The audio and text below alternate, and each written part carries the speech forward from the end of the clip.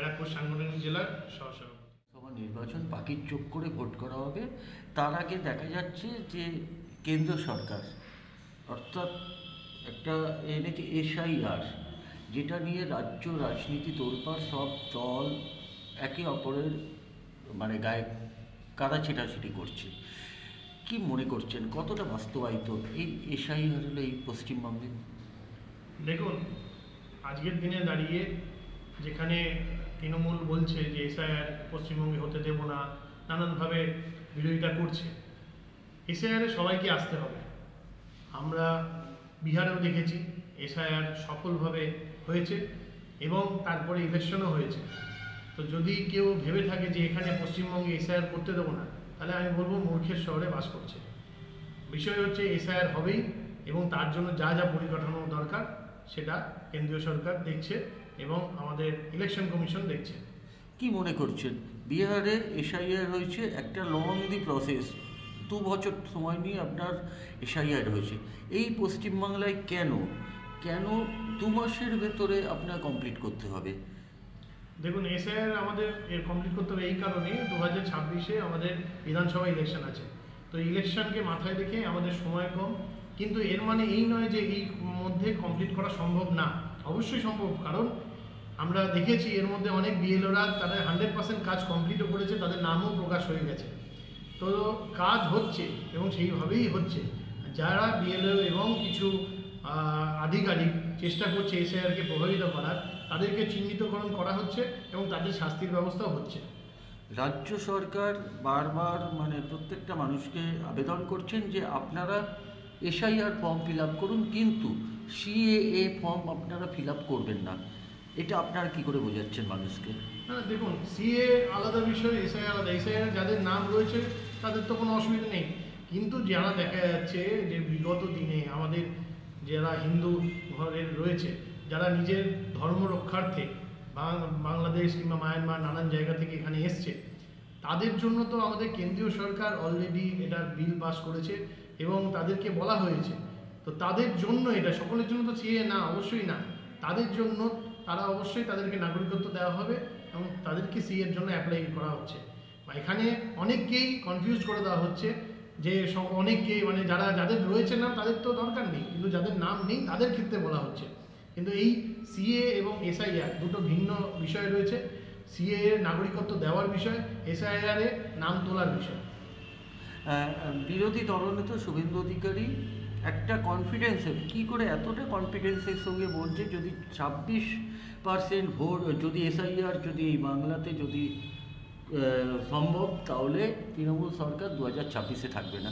এতটা কনফিডেন্সের সঙ্গে কীভাবে বলছে? দেখুন, SIR-এর নামগুলো কী এত দিন ধরে, বিগত দিন ধরে আমরা দেখেছি মৃত ভোটার ভোট দিয়ে যাচ্ছে, নাম কাটা যাচ্ছে না। এই মৃত ভোটারগুলো তো আর নতুন করে আসবে না। দ্বিতীয় বিষয় হচ্ছে একই ব্যক্তির বিভিন্ন জায়গায় ভোটার রয়েছে, যে একসাথে অনেক কটা বিধানসভায় নাম রয়েছে আমরা দেখতে পেয়েছি, তার সঙ্গে ভুয়ো ভোটার রয়েছে। SIR-এ এই নামগুলো তো সবার ফার্স্ট আমরা আইডেন্টিফাই করতে পারবো এবং সেই জায়গায় যদি কোনো গাফিলতি থাকে অবশ্যই BLO-রা বিপদে পড়বে যদি কোনো রকম দুর্নীতির মধ্যে তারা যুক্ত হয়। এই কারণেই আমাদের বিরোধী দলনেতা এই বিষয়টা আছে। SIR প্রক্রিয়া 4 তারিখ থেকে আমাদের রাজ্যে লাগু হয়েছে, তারপর দিয়ে দেখা যাচ্ছে একাধিক মৃত্যু, BLO থেকে আরম্ভ করে সাধারণ পাবলিকের মৃত্যু সর্বদাই হচ্ছে। এই মৃত্যুটা কি কাম্য মানুষের?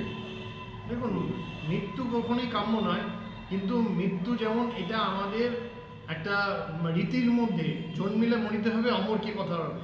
কিন্তু বিষয় হচ্ছে এখন মাননীয়া বলছেন একজন যদি মানে কোনো পশুরও মৃত্যু হয় তারও কারণ বলে দিচ্ছে SIR জনিত কারণ।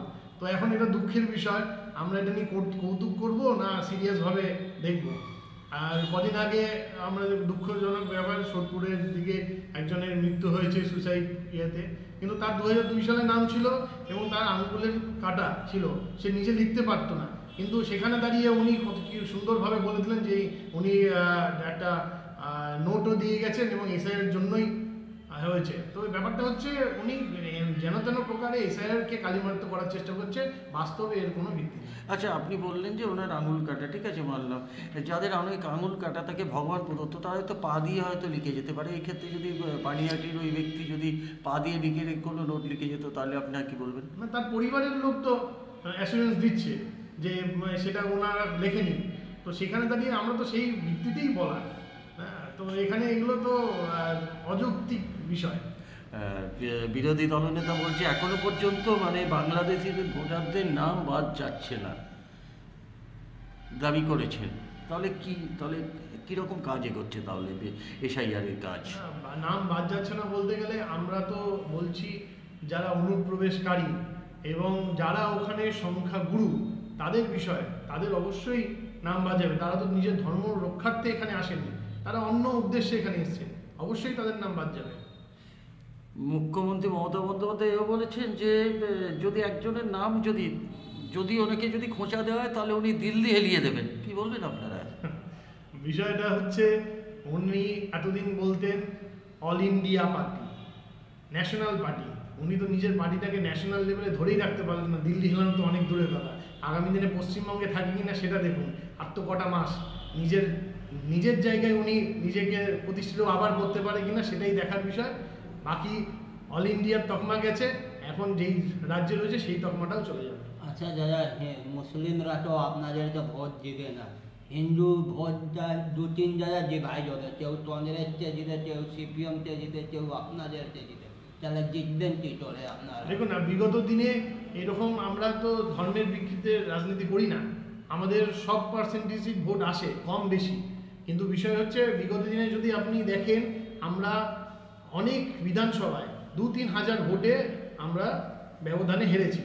তো এসআইআর যে নামগুলো বাদ যাবে, তার মৃত ভোটার এই একই মানুষের 2-3 জায়গায়, তাতেই দেখুন না আমাদের যা সংখ্যা আসবে তাতে আমরা সরকার গড়ব। এবং ভারতীয় জনতা পার্টির কার্যকর্তা কর্মীরা এবার একদম পরিকল্পনাবদ্ধ রয়েছে যে এবার সরকার গঠন হবেই। আচ্ছা, যারা ভয়ে ভীত হয়ে আছে এখনো পর্যন্ত ভোটার তালিকায়, তারা ভয়েতে নাম তুলতে পারছেন না, কিংবা এসআইআর ফর্ম ফিল আপ করছেন না, কিংবা এনআরসি ফর্ম ফিল আপ করছেন না, তাদের উদ্দেশ্যে অর্থাৎ আপনারা বিজেপির অর্থাৎ প্রধানমন্ত্রী সৈনিক হিসেবে আপনারা তাদের কি করে বোঝাবেন? হ্যাঁ, দেখুন, ভয়ের কোনো বিষয় নেই। আমরা মাঠে ময়দানে রয়েছি, আমাদের বিভিন্ন জায়গায় এসআইআর এর ক্যাম্প রয়েছে, সিএ এর ক্যাম্প রয়েছে। যে কোনো বিষয়ে আমাদের কাছে আসুন, আমরা আপনাদের সহযোগিতা করব।